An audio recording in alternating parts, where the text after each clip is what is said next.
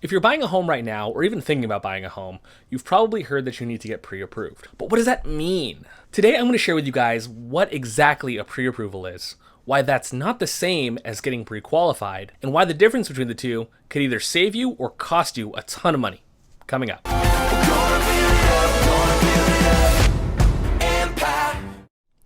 What's up, guys? Welcome back to my channel. My name's Caton. I'm a loan officer from San Diego, California. And on this channel, I create content to help people just like you learn how to buy their first home and navigate the mortgage process. Now, if you've just started the home buying journey, or maybe you're already out looking at homes, securing financing is probably one of the most intimidating and time-consuming parts of the entire process. But it's also the very first place that you should start. Now, it's super easy to talk about what kind of home you want to live in, but it's a lot harder to understand what it means to get into a 30-year fixed mortgage and the difference between all the different kinds of loan products out there. So I get that it makes sense in the eyes of a consumer that you probably want to start the home buying process with the home part and figure out the buying part later. So that's basically what a pre-qualification is. You tell your loan officer a little bit about your finances and what you're trying to do, and based on that verbal, they're going to kind of give you a range of what you might be able to qualify for. But here's the problem with that. What you might say about your finances and what your finances actually are sometimes two completely different things. For example, I know for a fact that my credit score is about 30 points different than what I see on Credit Karma or my bank app. And most people, when they're talking about their income, they usually think a little bit more about their take-home income, what ends up in their bank account, not really what they make gross, which is what lenders use. So if your lender can't actually verify anything with any documentation, they're basically just giving you their best guess and sending you out there hoping that you might be able to actually get approved for a loan later on. And as you can imagine, the big problem there is you end up with a lot of false positives. Sometimes they might qualify you for less and your budget ends up being a lot less than what you actually want to get into, so maybe you don't buy at all.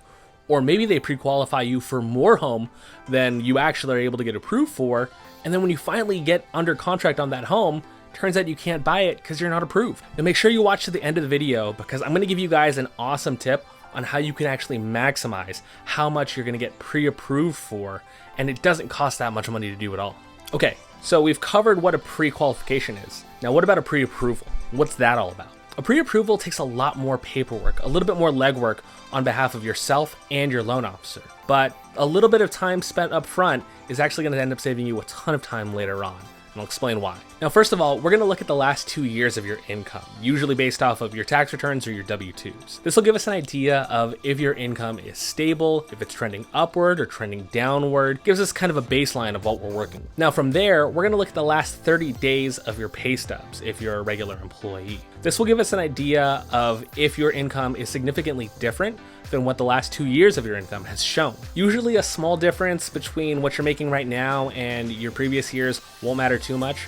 A big increase or a big decrease is usually a red flag, and that's something that we'll want to address in that pre-approval. Now, next up is your assets. And this can be a lot more than just your regular checkings and savings accounts. We can also include things like your 401k from work. Maybe you set up a Roth IRA, or maybe you have some stocks that you've invested in.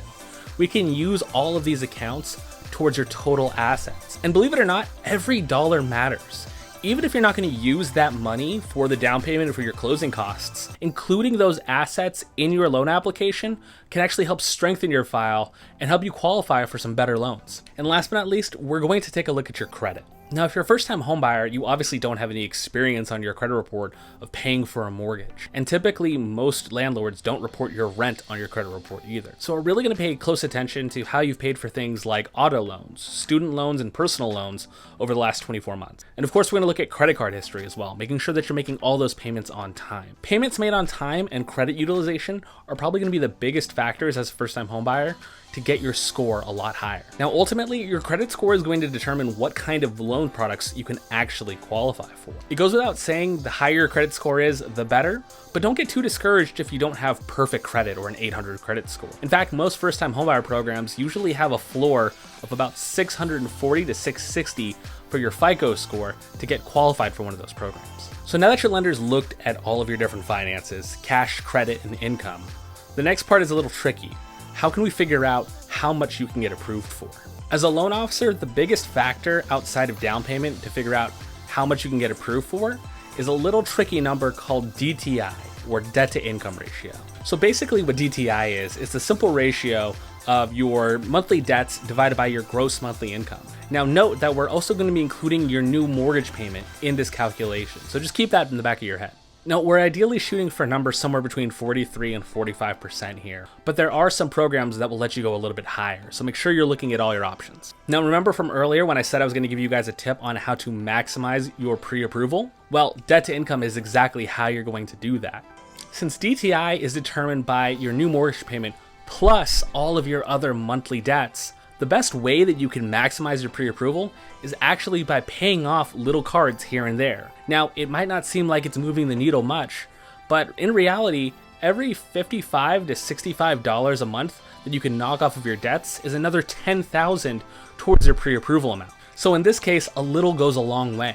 Imagine you've probably got, a few credit cards that have, 200, 300 there, and your monthly payment is usually around $25 a month. Well, if you pay off those small little cards, your pre-approval could jump from $400,000 to $410,000.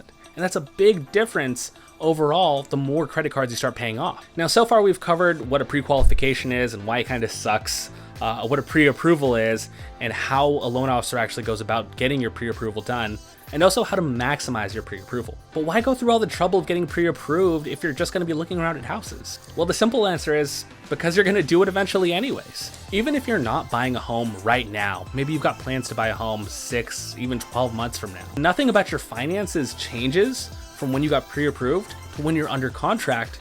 In reality, the most a loan officer is going to have to do is ask you for new pay stubs, new bank statements, and hey, run your credit again. In reality, running your credit for a mortgage report doesn't really ding you as much as you imagine. Usually it's anywhere from 1 to 3 points off your report. Not a big deal. And if anything does change between when you got pre-approved and when you're under contract, it's actually really simple to get all those numbers updated. Just let your loan officer know, hey, I got a raise, or hey, I just paid off a credit card, and they'll update your pre-approval for you. It's very simple. But here's the other thing. If you end up finding a home that you really like and you want to put an offer in on it, most sellers and most sellers agents aren't even going to let you put that offer in, or not even going to look at it because you're not pre-approved yet. And if you're in a competitive market like here in San Diego, every single hour and day counts. If you don't get that offer in right away, there's a chance you won't get that house. So get that pre-approval done early to maximize not just your buying power, but your chances of getting into the home that you really want. So if you're going out this weekend, make sure that the first stop on your list isn't a house, but at your lender's office to get pre-approved. And hey, if you're in California and you've got a lot of value from this video, I'd love the opportunity to earn your business and help you navigate the first-time home buying process. You can fill out a quick and easy app in the description below or by visiting go.amnetmtg.com/Caton. So I hope this video cleared up a lot of questions that you had about the difference between getting pre-approved and pre-qualified and what that's going to mean for your home buying experience. If this brought you some value, please consider liking and subscribing. It really helps me out and helps the channel out as well. I'm trying to reach a goal of helping 100 families every single year here in California to buy their first home. So your like, your comment, your share to your friends, your subscription really helps me get closer to that goal and help more people just like you buy their first home. But until next time, first one in, last one out. See ya.